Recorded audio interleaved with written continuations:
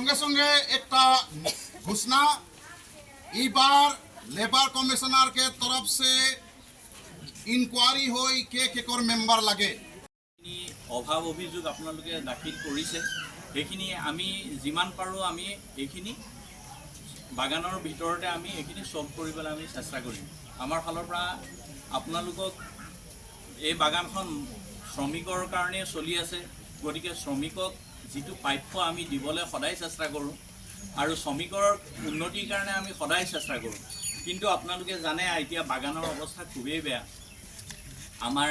দেখিলে মে মাহত আমাৰ ক্ৰপ এবছৰ কিমান লছ হয়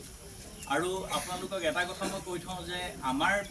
এতিয়া তেখেতসকলে যিখিনি উপস্থাপন কৰিছে সেইখিনি অকল আমাৰ বাগান বুলি নহয় তেখেতসকলে কৈছে তেখেতসকল ব্ৰাঞ্চৰ পৰা আহিছে আজি ওচৰ পাজৰ গোটেইখিনি বাগানতে যিখিনি প্ৰব্লেম হৈছে সেইখিনি গোটেইখিনি জেনেৰেল কৰি পেলাই কৈছে কিন্তু মই ভাবোঁ যে আমাৰ যিজন মালিক আমাৰ এতিয়াৰ যিজন মালিক তেওঁ যথেষ্ট পজিটিভ তেওঁ যথেষ্ট বাগানৰ উন্নতিৰ কাৰণে চিন্তা কৰে আৰু তেওঁ মানে এইটো বিচৰা নাই যে মোক বাগানৰ পৰা প্ৰফিট লাগে তেওঁ আমাক কয়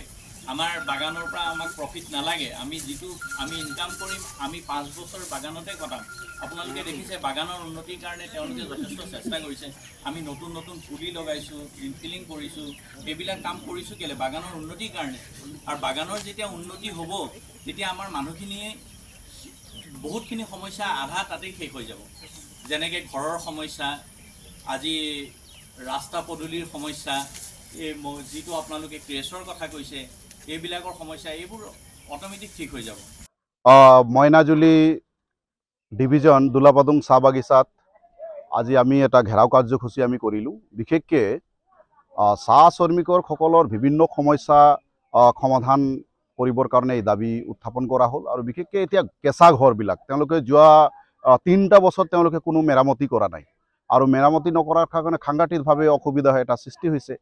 আৰু বিশেষকৈ লেবাৰ লাইন যিবিলাক আছে শ্ৰমিকৰ যিটো লাইন আছে সাংঘাতিক বেয়া আৰু মোদী গভৰ্ণমেণ্টে এইটো সময়ত কৈছিল যে প্ৰত্যেকটা এই বাগানত একদম পকী ঘৰ হৈছে এই পকী ৰাস্তা হৈছে এই ধৰণৰ তেওঁলোকে যিটো শ্লোগান আছিল কোনো ধৰণৰ হেৰি নাই ইয়াত গোটেইখিনি বাগানৰ ৰাস্তা এটাও ভাল নহয় আৰু বিশেষকৈ লেবাৰ লাইনৰ যিটো হেৰি আছে সেইটো আৰু সাংঘাতিক বেয়া এই ক্ষেত্ৰত আৰু আমি চিকিৎসা ব্যৱস্থাটো আমি ঠিক কৰাৰ কাৰণে আমি কৈছোঁ ইয়াত খৰিৰ অসুবিধা আছে ইয়াত পাৰ্মানেণ্ট চিট বদলি কৰাৰ ক্ষেত্ৰত এইটো অসুবিধা আছে ইয়াত এই শিক্ষক নিযুক্তি দিয়াৰ কথাটো ইয়াত আছে ইয়াত বাস্কেট ছাতা তিৰপাল যিটো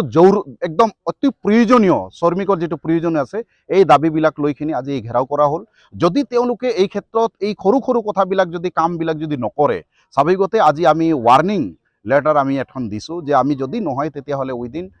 14 ডেজৰ ভিতৰত আমি হৰতালত যাম গতিকে এই কথাটো আমি জনাইছোঁ মেনেজাৰ চাহাবে কৈছে এইটো যিমান সোনকালে আমি পাৰা যায় সেইটো আমি সমাধান কৰাৰ কাৰণে তেওঁলোকে আশ্বাস প্ৰদান কৰিছে যদি নহয় তেতিয়াহ'লে এই ক্ষেত্ৰত আমি কিন্তু স্বাভাৱিকতে অহা দিনত আন্দোলনত আমি যাম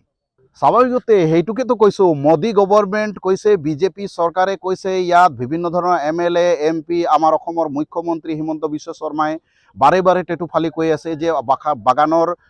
শ্ৰমিক লাইনৰ বাগানৰ শ্ৰমিকৰ কাৰণে তেওঁলোকে বহুত দৰদী বুলি দেখুৱাই আছে অথচ তেওঁলোকৰ কাৰণে কি কৰিলে একো কৰা নাই ইয়াত ৰাস্তা ঘাট যিটো ক'ব লাগে সেইটো আপুনি মই ভাবোঁ যে তেওঁ কমচে কম